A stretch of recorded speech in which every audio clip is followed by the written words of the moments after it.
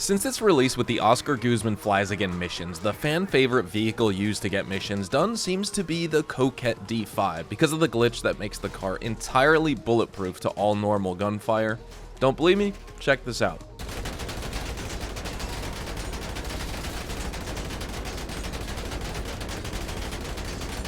Besides using explosives or blowing up the vehicle with tons of minigun fire, you simply cannot be shot out of this vehicle through normal means because the windows are bugged out, and for PvP players that means a whole new meta of causing chaos in public lobbies, but for those of us out there who main PvE content, especially those who predominantly stick to invite-only lobbies, it's been an incredibly useful and fun tool for using to complete auto shop contracts, garment factory FIB files, heist setups, maybe even the Dr. Dre contract and more. But is this car actually any good? Like, yeah, sure, it's based on a C6 Corvette, it's a sports class vehicle in GTA Online, and so we should assume the vehicle is good on the road, but ever since it dropped, I haven't really heard much about the actual performance of this DLC vehicle just because the Bulletproof glitch has completely overshadowed the rest of the performance. And that kind of seems to be the case whenever we get Bulletproof cars, by the way. When the Criminal Enterprises update came out in summer of 2022, we had some really cool vehicles released in the drip feed, but no one really cared because the Sterling GT had the same Bulletproof bug.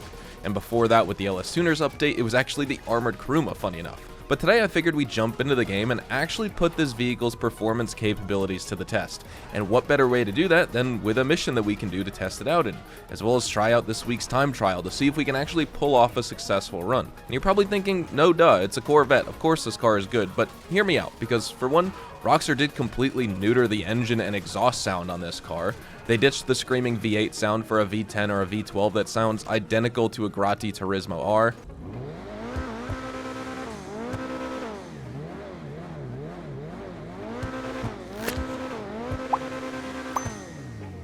And also, just in general, with Rockstar's track record, do you know just how many cars in the game that Rockstar releases and they totally ruin, like all of those overflawed Entity vehicles it seems like nowadays? With the Entity XXR, ruined by engine resistance. The Entity MT, engine resistance. You know, it is better with HSW upgrades, but overall on last gen, it does fall behind.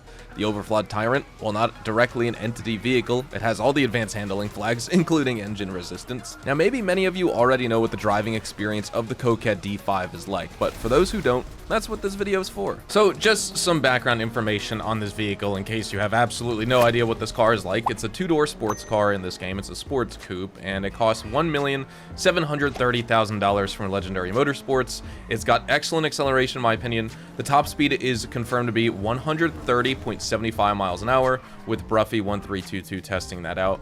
And the handling, I think it's really good, but it can also get a bit slidey depending on how aggressive you take a corner. But overall, this car feels incredibly thrilling to drive, and I love it. Now, not to mention, check out all the customization options we have. I'm just going to go into a Los Santos Customs just to show you. You know, you have your classic armor, brakes, engine, transmission, turbo, etc. But check out some of the other options. We have a bunch of different variants of different hoods if you want to make this Corvette like super aggressive. I didn't want to change mine that much. I wanted to keep it almost stock appearing.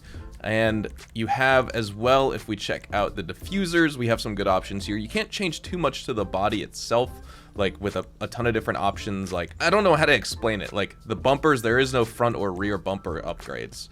You're just going to get the Corvette look, but you can completely make this thing look super race oriented. For example, like if we go all the way up to the top, we don't have bumper upgrades, so that is a downside. The livery options are pretty nice in my opinion. You can do some black stripes, white stripes, different double racing stripes, and other cool liveries and graphics here. Some of them are based off like different video games and like different other like special editions and stuff like that, so it's like really cool with what you can get right here. Some of my favorites would probably be, I would say, the Zero Racing as well as the Faded Camo. I do think both of these look cool. I would never use this on my car personally, but I do think they look sick. Honestly, Zero Racing with the yellow does look kind of nice. But then if we move down into the skirts, you could check out some of the skirts options we have as well. I'll just kind of like flip through so you could kind of see what's going on. We went over the spoilers, or excuse me, the diffusers, and then the splitters. Oh, did I go over the splitters? No, I didn't actually. Here we go. So we have a bunch of different options. You can get that really aggressive front end if you want. Like I said, I'm keeping mine more or less stock appearing. And here is all of our spoiler upgrades you can apply. So if you want a big wing or GT wing or something, I mean, this one honestly doesn't look too bad if you want to make a trunk wing, but I kind of just like, Honestly, I do like this one as well, but I probably wouldn't use it personally on the car. I don't want to go with no spoiler. That just makes the rear end look too flat. I do like the secondary ducktail. I just wish it didn't have that inlet in the center over the Coquette branding. I wish it was just a flat one across the back. And I also wish it wasn't super, like, I wish it was more of just like a lip spoiler, but for anything I will just take this. You could do a rounded one too if you want more of a rounded appearance. I like the sharp edges, which actually, oh man, now that I'm like looking at it directly, you know what? No, I take that back. I want the rounded ducktail. I don't like the sharp edges. Wow. Okay. I've had that in the game since, but now I'm going to change it. Here's all the suspension upgrades, you know, transmissions, etc. And we have the different windows. And I went with the Mercy concave wheels, I believe, under the street. Yeah. So, and then I just did those in black. But, you know, again, just to showcase you the bulletproof capabilities of this vehicle, as long as you have just like normal rounds, you're not using, like, of course this car will just blow up from an explosive. It's not meant to be invincible in the sense that you can't blow it up, but if you're just using, you know, regular snipers, shotguns, whatever the case is, you could shoot out the window itself. Like, the window will get shot out. Same thing with the sides, but you're not going to shoot anyone inside. I mean, listen to it. You're hitting the car and it counts as like you're just hitting a wall. The bullets will not affect the driver. They won't affect the passenger. It'll give the appearance that something will happen because you're going to be totally shooting out all the windows. But that being said, no one's actually going to get injured inside of this vehicle. So when you're doing PvE content, this is perfect because the NPCs are never, ever going to touch you, which is kind of the purpose of using, you know, either this bulletproof car or the one like the Sterling GT with the Criminal Enterprises update, things like that. Not that this is new information. This whole video isn't meant to be new information on the bulletproof, right? But I figured I'd lead with that just in case you have no idea and you didn't watch my video from about a month and a half ago when we were talking about it when this car released. But that being said, I do want to check out the actual performance and see how this car handles, one, if we do a mission, as well as if we do a time trial. And actually, I take back the time trial because if you guys know anything about the observatory time trial, you just need to bomb this dirt road and go like all the way down here somewhere. We're not going to be able to do that in the Coquette. This isn't like an off-road vehicle, and it's not a dirt bike or anything like that. So we're just going to do my normal track, which when I would talk about, you know, the podium vehicle for the week or the prize ride, and I would review those vehicles, which, by the way, very cool series. Definitely recommend you check it out. I used to upload it every Saturday. I'm going to bring it back when we get a new DLC, but for right now, I have some other videos I want to make on the day of Saturday on each weekend. But we go north, then we cut east, then we go south, and we go east again, go south, wrap west along this road, and we hit the intersection. So what I'm going to do is I'm going to set my stopwatch. 3, 2, 1, go, and we're going to jam on the gas. You know, a little bit of wheel spin, but it hooks up really fast. And for those of you guys who are not familiar with that series, we just test out the vehicle's performance, whether it's that podium vehicle or the prize ride for the week. And a very, very quick car is going to give us a sub 2-minute and 40-second time. Really good supercars that have a high top speed and excellent handling. Formula 1 cars, things like that, or open wheel cars, they call them in this game, right? I would say middle of the road car is going to be between 2 minutes, 40 seconds and like 2:55, 3 minutes. And then vehicles that are just meant to not be super quick and on the slower end are going to be 3 minutes plus. I'm going to predict, because I actually haven't timed this car yet, I'm going to predict this vehicle is going to set about a 2-minute and 50-second pace, just because I'm not super confident in the handling when I go around some spots of this track. And by the way, this is all just going to be completely off the dome. I don't want to do any cuts so you can actually see what the performance is like raw, you know, first attempt. I'm not going to try and get the best time. I'm just doing this right now to see what time I could set as a baseline. Of course, I could try and improve it from there, but any players just jumping in buying this car, is this car actually worth its salt? And honestly, I would say yes. It really is. That's going to take a little bit of time off, but not to worry. We lost one of our headlights.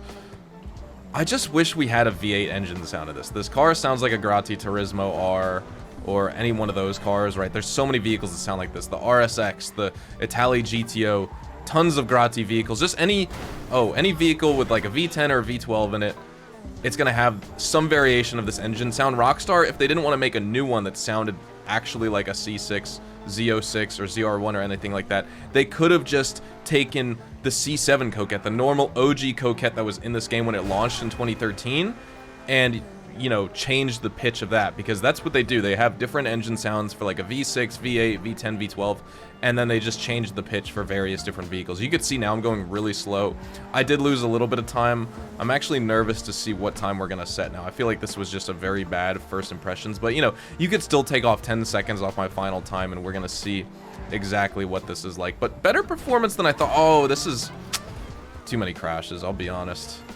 Too many. I normally don't crash this much, and it's just because, honestly, I mean, well, I'm not the best driver, but also I'm not confident driving this right now. I'm not warm. I just hopped on the game. I gotta, you know, get the GTA fingers back. I was grinding Warzone all last night with my friends. I'm not used to playing this game, so let me hop in here and see. I mean, I feel like it could pull a little bit harder through the corners, and there's like a weird understeer characteristic with this. Just at times, we're still setting a 2-minute and 42-second time, which, with all the crashing I just did, wait a minute. Whoa.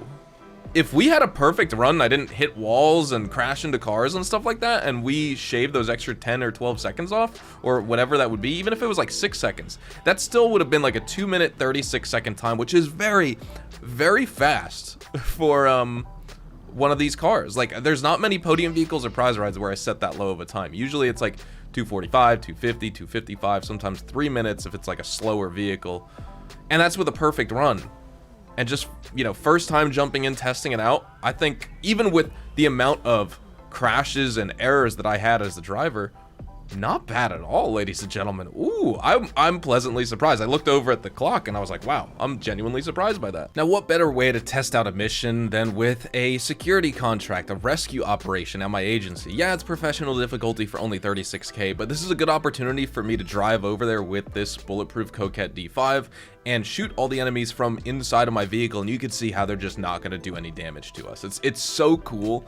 Whenever we have, I just love GTA Online in general, but whenever we have a bulletproof vehicle in the game, I just love the game so much more because it's fun to use. You know, you have different vehicles that are also really good, different armored vehicles, weaponized vehicles. Everyone loves the Toreador, the Vigilante, obviously the Oppressor Mark II, etc. But like even sleeper ones like the weaponized Tampa, which has no armor, but it's just got, you know, the different mines and rockets and miniguns and all those cool types of vehicles, right? There's so many sleeper defensive vehicles, offensive vehicles, armored vehicles, weaponized vehicles, but whenever you have just a normal sports car or some type of vehicle like that that's bulletproof, the game is just so much more entertaining. And funny enough, I would actually say compared to the armored Kuruma or even the Benefactor Sterling GT, which was bulletproof a couple years ago, the Inventero Coquette D5 that's bulletproof right now is probably the best of the three. This is, in fact, I would argue, is the best bulletproof vehicle that we've had in the game whenever it comes to these oversights by Rockstar and these glitches. I mean, if you haven't been using it yet, make sure to use it because they are going to patch it with the summer DLC. It's not going to stay like this forever. Just keep that in mind. I mean, they always end up patching it with the next update, but like the game needs a title update for them to change it, and they're not going to patch this glitch beforehand. But you still get like a full DLC cycle. Actually, I went the wrong way. These guys are down at the bottom. Whoops. I came up onto the top of the dam thinking they were back further. I gotta circle back around here. Can I actually get down here? Oh, oh, this will be fun. Okay, hold on. I'm gonna launch this car off the edge. This is crazy. I've never done a mission like this. The Land Act Reservoir one. We're doing this, I mean, we're literally doing this in a bulletproof Corvette. Like, let's have some fun here. Check this out. I just gotta make sure that the car doesn't die on me. So let me park it right here. You can see, and honestly, I could probably just drive up here, park here. You're gonna see these guys won't be able to harm me at all. Like, here, this is actually better. Look, I'm totally exposed. No damage. You can't hit me. I don't need to worry about it.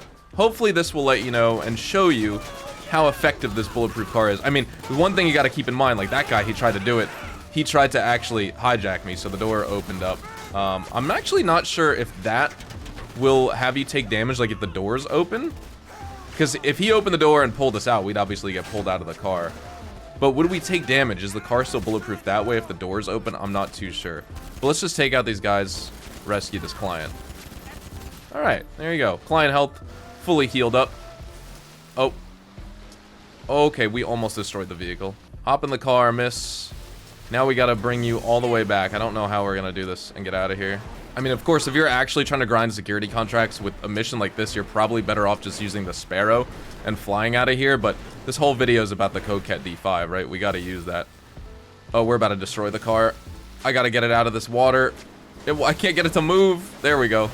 And again, like I was saying, make sure to take advantage of this glitch now. Do not miss out on it because Rockstar will be patching it with the next DLC. Especially when this vehicle came out and everyone was talking about the fact that this vehicle was bulletproof. You know, some people really think that Rockstar isn't or wasn't ever gonna patch this if people didn't talk about.